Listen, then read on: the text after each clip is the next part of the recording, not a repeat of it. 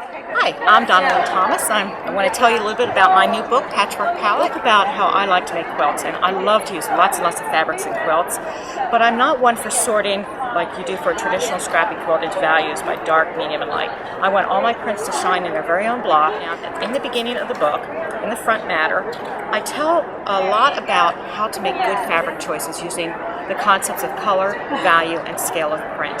And those are all important concepts no matter what kind of quilt you're making. So the approach I make, rather than sorting dark, medium, and light, and every little print, every little piece in a block having different print, I make my quilts in sets of blocks, either pairs of blocks at a time, or 4 at a time, 5 at a time, even 1 at a time.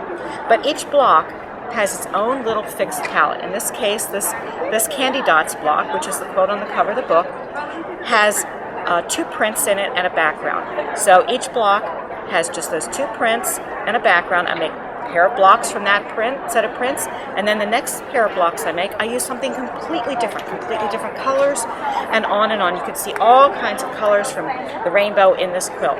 And that's why this is called a rainbow recipe. This is the first of 3 recipes I use to create my quilts. But a lot of people are not as comfortable about putting that much color into their quilts. So I have what's called a color family recipe.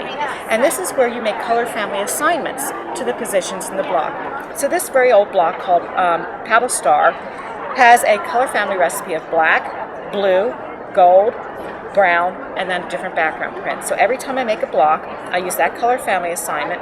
When I make another block, I use the same color family assignment but different prints. My third recipe is called a mixed recipe. And it's a mixed recipe because it's got elements of color family and rainbow in it. And this is a really good example. This is called Garden Glory.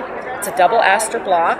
And these were made pair at a time, but look at all the different colors. Each aster flower is completely different colors. I hope that you will try making some quilts from Patchwork Palette.